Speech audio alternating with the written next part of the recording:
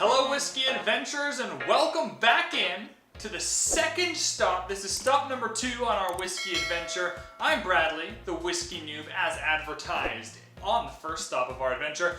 Last time we took a look at 40 Creek Single Barrel Select regular flagship Canadian whiskey. That was a good starting point for us. The next stop is Jameson. So I'm going to tell you a little bit about Jameson, classic Irish whiskey.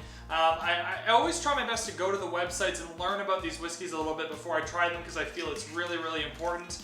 And I've actually been to the Jameson distillery, or at least their tasting room.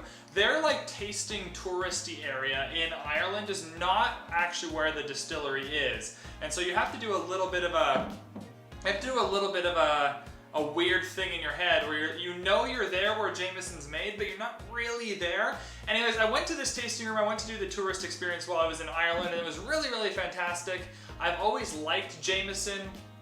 I've always thought of Jameson as like a nice, easy to drink whiskey. I haven't had too many whiskeys neat or Jameson's neat like this, but Jameson is distilled and blended at the Midleton Distillery in Ireland. Also, I didn't actually know this until right now. I must have not been paying attention or a little bit tipsy on my whiskey tour there, but a lot of whiskeys. Powers was one I really enjoyed when I was over there. Redbreast is also made at the Midleton Distillery. And so there's a lot of whiskeys under one distillery there, which I hadn't realized at the time. It is a blended Irish whiskey. It says on their website they blend pot still and fine grain whiskeys, so that means I'm assuming that this isn't fully a copper pot still whiskey. And it's aged for a minimum of 4 years in oak. So not a lot to go on the website there, just a quick rundown. It comes in at 40% alcohol, triple distilled. Everyone knows Jameson. Everyone knows the bottle. Everyone knows the look. Everyone knows as much. If you are learning about Jameson, this is the wrong video for you. If you're here to support this adventure, you should probably already know about Jameson. But let's do a review. I'm excited for this one. Oh, looks so good. On the nose. Green apple. Yeah, like not a sour green apple, but not red apple. Definitely green apple popping out. A little bit of vanilla. A little bit of vanilla. And some floral notes. So pretty basic. That's really all I'm pulling from it. Yeah, floral. Vanilla are kind of the underlying ones, but for me, for my nose here, my sense of smell is really picking up that green apple on the palate.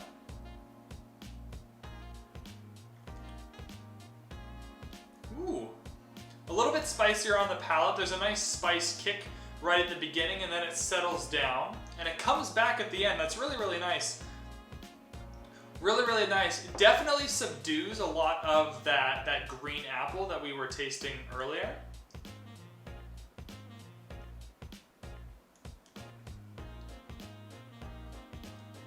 Yeah, it takes the same flavors as the nose, that green apple, that vanilla, some of those floral notes, and it kind of puts it underneath a little bit of spice, a little bit of character.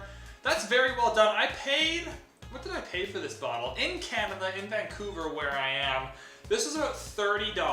I want to say $30 to $35. I'll have to check the receipt when I make the overlay for this video, what exactly I paid for this. But yeah, that's nice. That's tasty. That is really nice. You always need to give things time when you review them as well. I find sometimes with whiskey, it evolves over time. If you sit with it for a few minutes, you might find things that you hadn't before.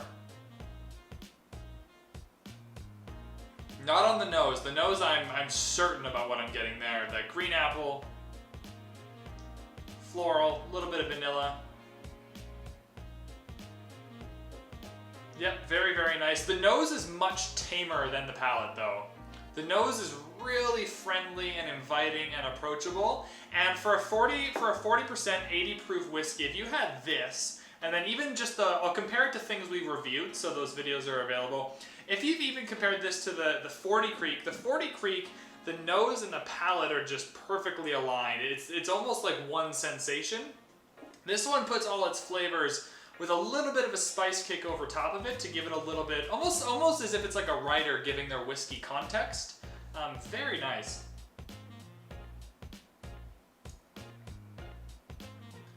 Sweet, I think I've had enough. I mean, I'm gonna finish this. I think I have enough for an end to this review though. Overall, I like this whiskey. It's a good whiskey. Again, we're starting off slow here. We're not picking things that are too complicated or too expensive. I want to expand my horizons gradually. I want to do it in kind of a natural progression. I don't want to pick something that I'm not ready for. And so I feel like I'm getting a lot out of this. You know what? It's not a bad whiskey. It's not bad for the price either.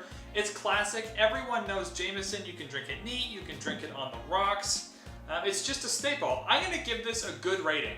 I think a lot of whiskeys at the beginning here will be good because the great ones will probably come later once we start expanding our palate and start, you know, buying a little more expensive whiskeys. But for $35 a bottle, 80 proof, it's not bad. I don't know if I like it quite as much as the 40 Creek. I don't know if that's me being a bit of a homer and a bit of a Canadian whiskey guy.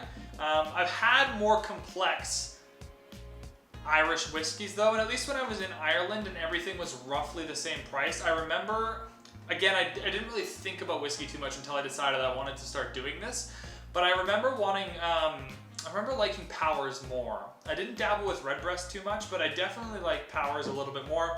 But I think that does it for this review of Jameson. I hope you guys enjoyed it. We are gonna, the official adventure rating for now is a good rating. I'm hoping to revisit these sometime later once I've expanded things a little bit and revisit some of our old favorites. But it's a classic, it's a staple, I recommend it. I have nothing really more to say on the topic other than it kind of fits the price range, it fits what you're looking for. It's a good, smooth whiskey, not overly complex, nothing's gonna surprise you, but nothing's gonna let you down either. And I think that's perfect, and that's probably exactly what they're going for with their marketing, with this price point. Something that's gonna be a good, reliable whiskey time and time again, and it's never gonna let you down. So, a good rating it is. If you enjoyed this review, next up, our next review is going to be a Japanese whiskey. I'm really, really excited about this one.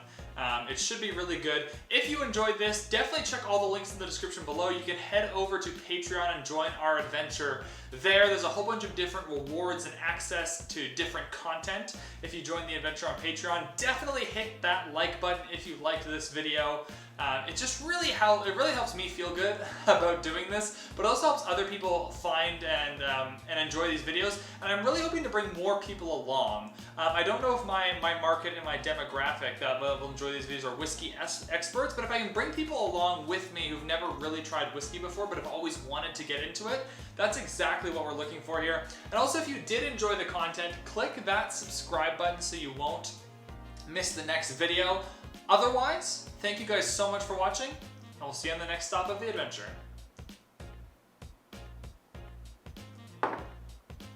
It's good. I'm sticking with good. It's very good.